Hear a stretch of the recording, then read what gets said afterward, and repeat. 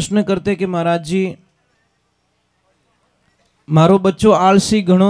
अब जो नहीं जानते अभी से मेरा चैनल है उसके ऊपर ओके करो, सब्सक्राइब करो और मेरे से जुड़े रहो। बहुत सारी बातें ऐसी बताई है मैंने जो आप कल्पना नहीं कर सकते हो।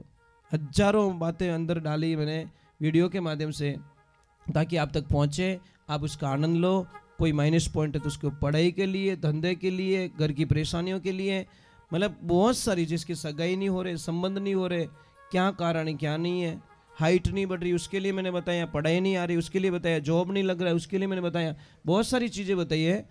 तो चैनल से जुड़े रहिए, अच्छे हो, मैं आपको कुछ न कुछ दे के जाऊंगा। तो कई लोग मुझे प्रश्न करते कि महाराज जी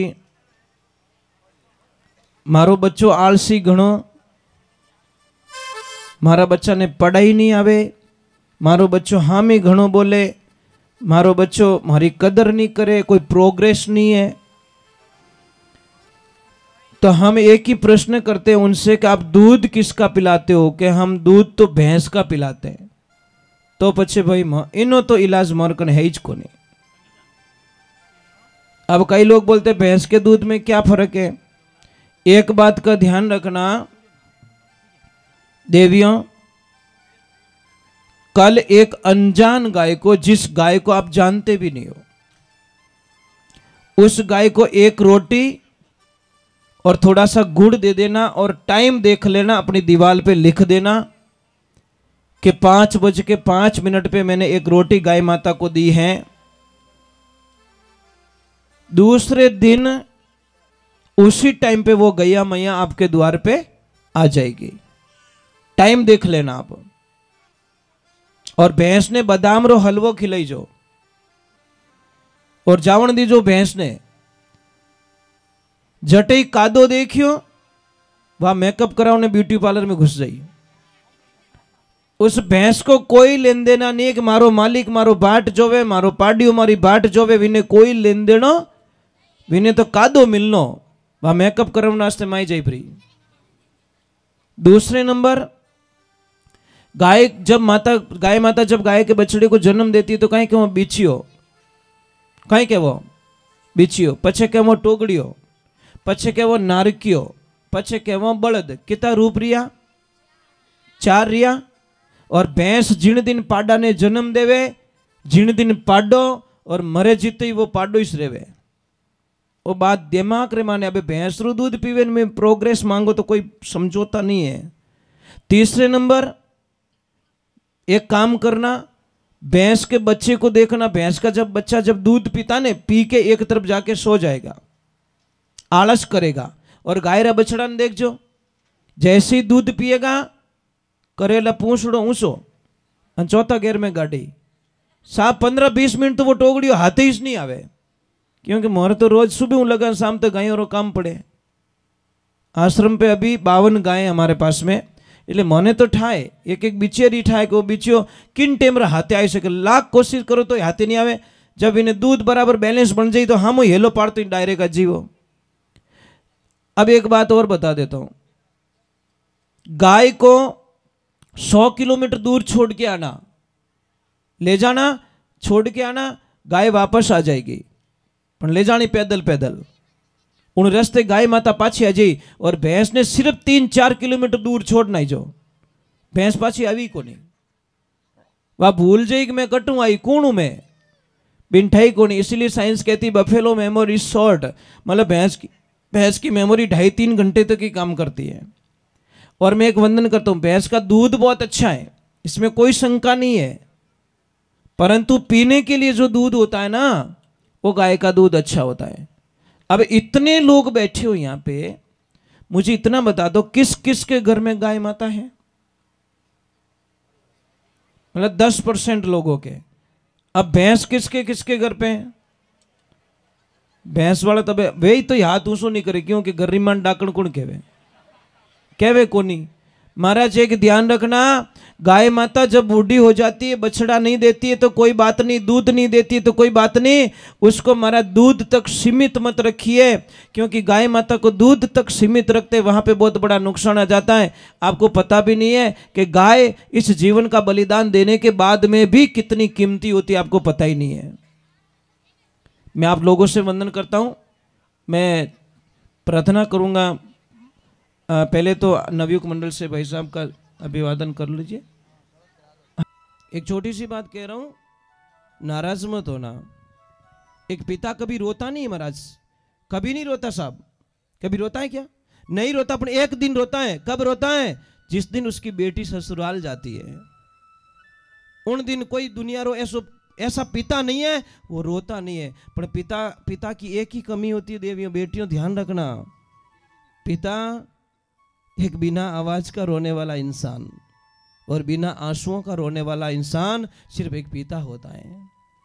न तो उसके आंसू दिखाई देते और न उसकी आवाज निकलती है, क्योंकि पिता सब सहन कर सकता है, अपनी लाडली की आंखों में आंसू नहीं देख सकता। वो एक पिता ही हो सकता है, दूसरा कोई नहीं हो सकता। पर कौन समझे उस पिता की परिभाषा को? कौन समझे महाराज? जब आप समझ लोगे नहीं, पापा के दिल की बात समझ लोगे, उस दिन निहाल हो जाओगे। ध्यान रखना, आनंद लीजिए, पिता को मत सताइए महाराज। एक बेटी ससुराल जाती 6 महीना नहीं हुए, पाछी आने के please mom I don't like, I not accept, my husband is black. दौड़ो कटू करूं, फेयर एंड लवली लगूं, कहीं करूं भी नहीं। क्या मारे तो जची को नहीं। पापा के हाल तो लाइट वाला रुपया देना, टेंट वाला रुपया देना, हलवाई वाला रुपया देना, होनार रुपया देना, सब रुपया देना, थार जची को नहीं। ये बेटी 20 साल री कमाई थारा ब्याह में खर्च कर दी मैं। कितनी? 20 साल रुपयो जोड़ तारा ब्याह में भेड़ा करिया और 20 साल रो पूरो चौपट कर दियो, तू के जची को नहीं। अबे मैं केड़ो जचू? वो पिता न तो मर सकता न जी सकता। बेटियों का फर्ज बनता है कि चाहे कुछ भी हो जाए, अपने ससुराल की बातें पीर में कभी ना पहुंचाए। वो सच में बेटी होती, सच में। ये ध्यान रखना, ससुराल की बातें कभी पियर में ना पहुंचाए, क्योंकि प्रॉब्लम कटे नहीं है साहब। यहां से कन्याकुमारी तक जाओगे, कहीं कहीं रोड टूटा हुआ मिलेगा, आप यात्रा थोड़ी कैंसिल कर दोगे? गाड़ी थोड़ी स्लो चलाओगे, आराम से चला के निकाल दोगे। गड्ढा आ गया तो भी निकाल दोगे। ये हमारी जीवन रूपी यात्रा, हम कैसे ससुराल से मतलब छोटी सी बात को पियर पहुंचा दे? ये उचित बात नहीं है। बोला आज शपथ लो, कौन कौन ऐसी बेटी है जो कभी भी अपनी माँ बाप तक वो बात नहीं पहुंचाएगी? कोई तो प्रॉब्लम खुद सॉल्व कर, ऊपर हाथ करके बता दो, विश्वास आ जाए मुझे। बहुत बढ़िया। ए ऊंचो हाथ नहीं करियो, एक घोटालो करी। हाँ, ये तो पक्की बात है। ए पक्कों की लाइसेंस बनाई। अरे भाई, एक छोटी सी बात समझा रहा हूं। एक किताब होती है ना बेटा, किताब का एक पत्ता खराब हो जाए, पूरी बुक मत फेंक देना। एक गलती के लिए रिश्ता मत तोड़ देना, मैं तो यही कहूंगा। एक पत्तो खराब रह जाए बासा, तो उन पत्ता ने फोल्ड कर दो या निकाल दो, पर पूरी बुक थोड़ी फेंक देंगे। तो रिश्ता जोड़ो, मजबूती। आज रिश्ता कमजोर हो गया, ध्यान रखना। और जो बाप बेटी के पैसे लेता ना, वो बाप होता ही नहीं। पहले बात तो वो तो दुनिया का सबसे बड़ा राक्षस होता है महाराज। उससे बड़ा राक्षस धरती पे कोई हो नहीं सकता। जो बेटी ने बेच ले, उन्हें बाद में की नहीं बच्ची उनकने। पता नहीं कैसे लोग बेटी के पैसे ले लेते महाराज। आपको बताएं, तो ले तो दो रही मरी महाराज, ये पक्की बात है। ये यहां पे बैठ के बोल रहा हूं। जो बाप बेटी के पैसे लेता है वो मिनक है ही को नहीं। पहली बात तो भूल में भी मिनक बनाई दियो महाराज। अरे जिन्हें बेटी नहीं है नहीं पे महाराज, पराई बेटी ने लेर आप आंगणा में फेरा देवे कि मारे बेटी को नहीं पही जे, बेटा ही है कि नहीं, बेटी उधार ले, खोड़े ले और धर्मरी बेटी बनाए और पचे फेरा दे। ए बेटी रा बापो, जिन्हें बेटी नहीं है वो एड़ो काम करे, थाने बेटी दी था बेटी बेच ली।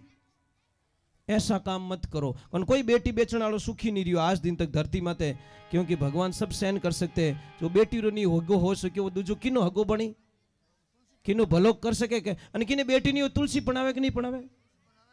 तुलसी विवाह कराते हैं लोग कि भाई मारे बेटी नहीं है, मारी मजबूरी है, तो मैं तुलसी विवाह करता हूं, पर दान, कन्या दान जरूर करूंगा। तो आपको मिली है कन्या, मिली ना, बड़े भाग से मिलती है। तपस्या करते हैं तब कन्याओं का जन्म होता है घर में। चलो भगवान का, थोड़ा मेरे शब्द बहुत कड़वे, क्षमा करना मुझे, क्योंकि मैं असत्य नहीं बोल सकता। मुझे नहीं जीना झूठ बोल के महाराज, चाहे मेरी कल मौत हो जाए मुझे कोई परवाह नहीं है। मेरे गुरुदेव ने बोला कि 100 किलो चांदी मत लीजिए, 1 किलो होनो ही घणो। मैंने बोला 99 किलो रो घाटो क्यों कराओ गुरुदेव? के बेटा 100 किला चांदी रही 60 लाख बने और 1 किला होना रही 60 लाख बने और 99 किलो बोझ कम कर दे। ये ज्ञानी गुरु बताए, गुरु साहब ने ज्ञान बतायो, जग झूठ लिखायो, जग झूठ लिखायो, आज मने नीचे आयो। रजू रेण अंदारी री कोई सर्प नहीं आ रही, कोई सर्प नहीं आ रही, कोई भो भागा भारी। मिर्गा जल दिशे कोई प्रियो ने पीछे, कोई प्रियो ने पीछे, कोई विश्वा दिशे। ये गुरुजी री मेहरबानी हुई तब महाराज जी ये कल्पना हुई, नहीं तो आज होवे न कोई काल होवे महाराज। बोले सतगुरु भगवान की, माता पिता गुरुदेव की।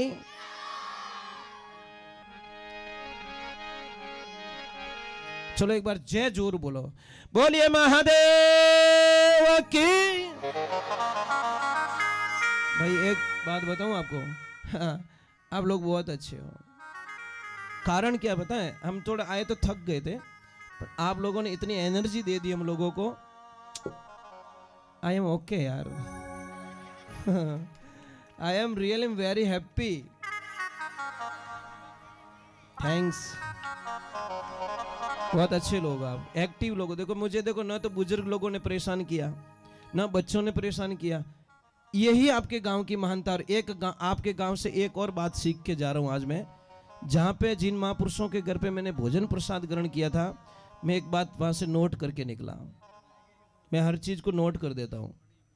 शेर जी एक बात बहुत अच्छी लगी आपके घर की, आपके घर का जो आंगना था ना, आंगना इतना अच्छा लगा कि मेरे दिल में बस गया महाराज।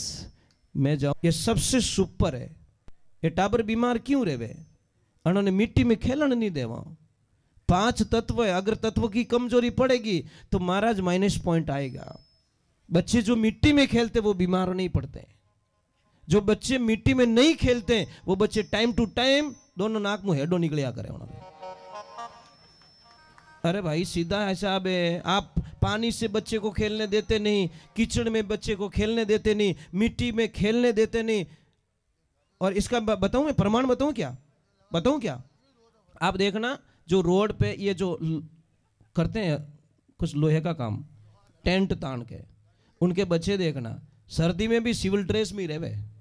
उन्होंने की नहीं रहे ना, आप 4 गूदड़ा वडा होते ही तो ये मामलो गड़बड़ी है। समझ में आ रहे नहीं? क्योंकि वो मिट्टी में खेलते हैं। और जो शास्त्र भी कहता है आप मिट्टी से बच्चे को दूर मत रखो, जितना मिट्टी में खेलेगा। इसको मैं 4-5 घंटे मिट्टी में छोड़ता हूं, फुल एकदम मेकअप करके आता है, रड़ी एकदम पूरी भूत बनन आवे, जने मैंने जीव हो रहे हाँ तेरी बीमारी गई बेटा। क्योंकि आश्रम पे बहुत सारी गायें हैं ना, गायों का वो मिट्टी रज उड़ती है, वो करता है, वो धूल में खेलना, मिट्टी में खेलना, ये करना मुझे बहुत अच्छा लगता है। बराबर नहीं कि मारा छोरा धूलो लाग जे, धूलो कहीं बोलते इंजेक्शन ठोक ठा पड़ी। हाँ दूजो की भाई टाबरों, भाई मिट्टी में बहुत ताकत है साहब, बीमारी हजारों बीमारियां खत्म करती है मिट्टी। तो आप कल्पना भी नहीं कर सकते मिट्टी में इतनी ताकत होती है, पर मिट्टी को टच नहीं होने देते बच्चे को हम लोग। भले सतगुरुदेव की जय हो। और बच्चे लोगों कल से कीचड़ सरकार जिंदाबाद। कैडी ड्रेस पहराओ तो अपने मेकअप करन घरे जावनो, 2 डंडा खाई लेना, अपन कहना मैं तुम्हारी एनर्जी प्राप्त करके आया हूं। अच्छी ड्रेस मत बिगाड़ जावा, नहीं तो पीछे होली दिवाली में तो ड्रेसों नहीं मिलेला।